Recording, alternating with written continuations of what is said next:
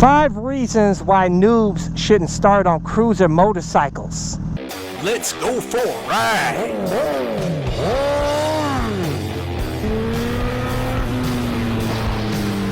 You are watching CycleCruza's all-in-one motorcycle channel. Subscribe today.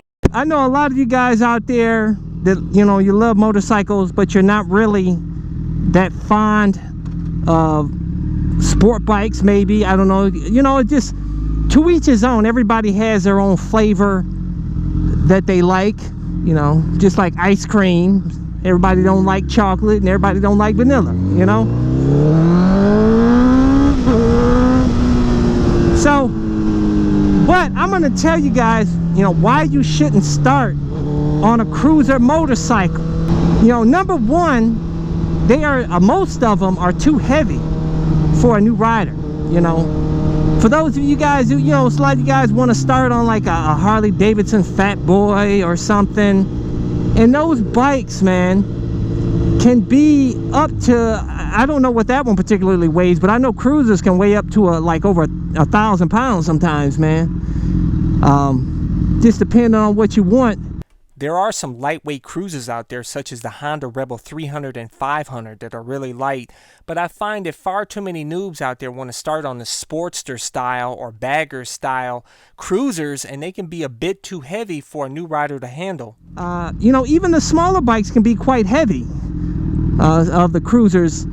Just depend, like I said, especially Harley Davidsons, because they tend to be the heaviest type cruisers out there.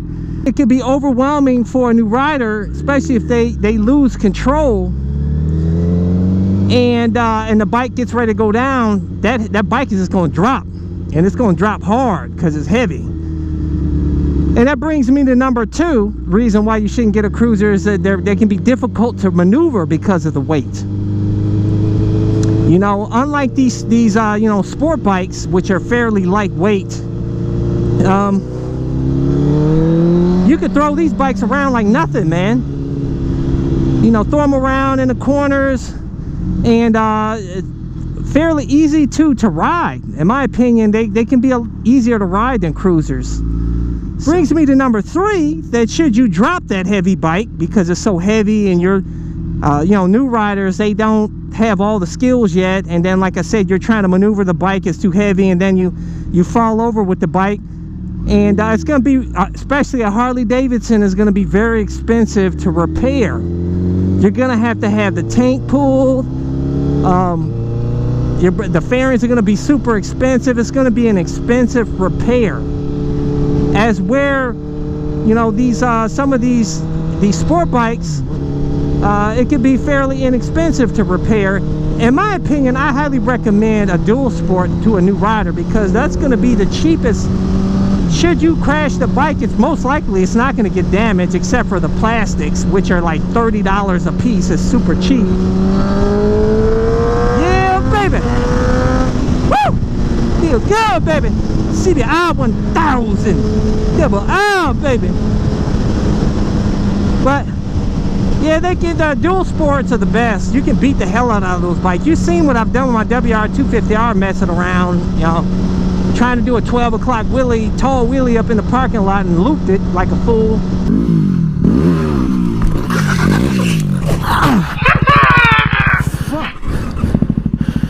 Started right back up. But you know what's awesome about these dual sports? Look at that. No broke mirrors, no nothing. It's all good. Picked that bike right back up, man. I didn't even have a scratch on the plastics. The only thing, it bent the peg, the foot peg, which I plan to replace anyhow, and that was like, what, it cost me like 30 bucks, and I got a even better set of pegs. So yeah, I know a lot of you guys are scared of the seat height on dual sports, because they can tend to be a little higher. Like the WR250R, I think it's like maybe 36 inches seat height, and but there's ways you can actually lower the bike if you want. You know, and a lot of you guys just have that fear. Like I said, you're scared of the taller bikes, and it's a mental thing. Because I'll tell you guys, I've seen a lot of short riders ride dual sports with no issues, and you just use your one foot as a kickstand. At stops, this is all you do. Drop your right leg. Bam, it's a kickstand. That's it. you're good to go. It's not that big of a deal. You'll get used to it, man. It's not a big deal. And I would recommend, if you're gonna get the dual sport, go start off-road. Go ride in the dirt, grass, tracks, and then you'll get very confident with the bike, and then roll it right up on the street. You're ready to go because it's street legal. You know what I'm saying?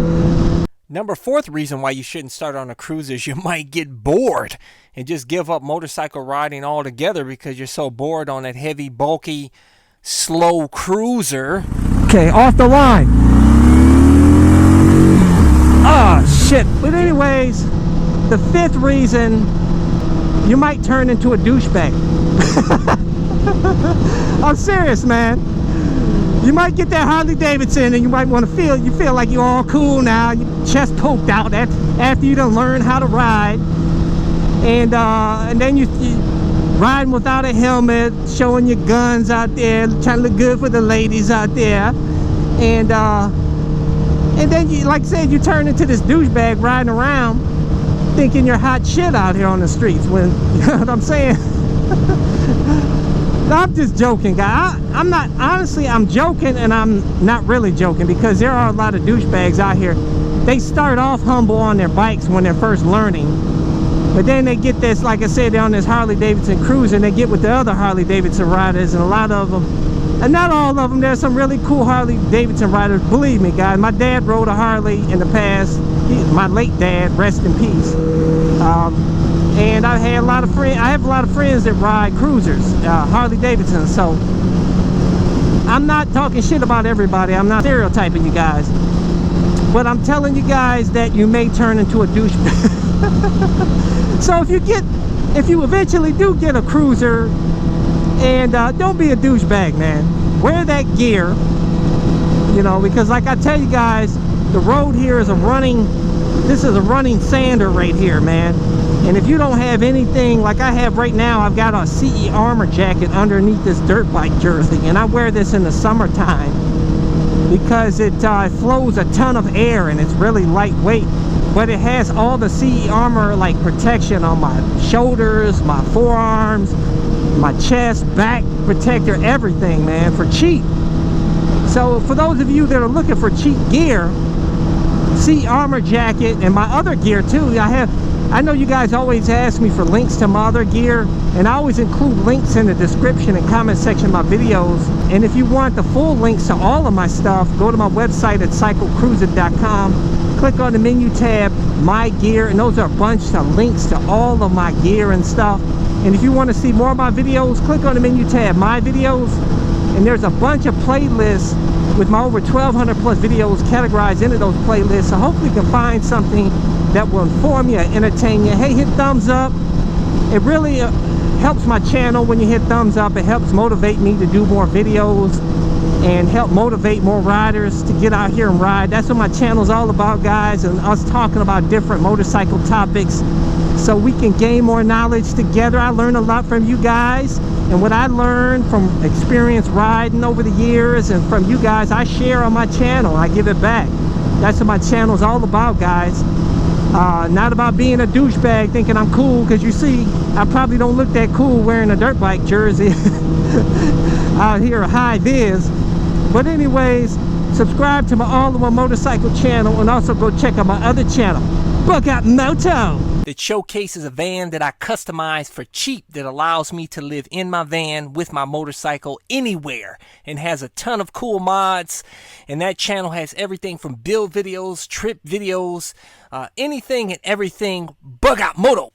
As a courtesy, I included 2 video playlists, one for new riders, and those are all of the videos I've done over the years that I feel are helpful for new riders, and also my popular videos playlist. Hey, hit the subscribe button. I appreciate it. Take care.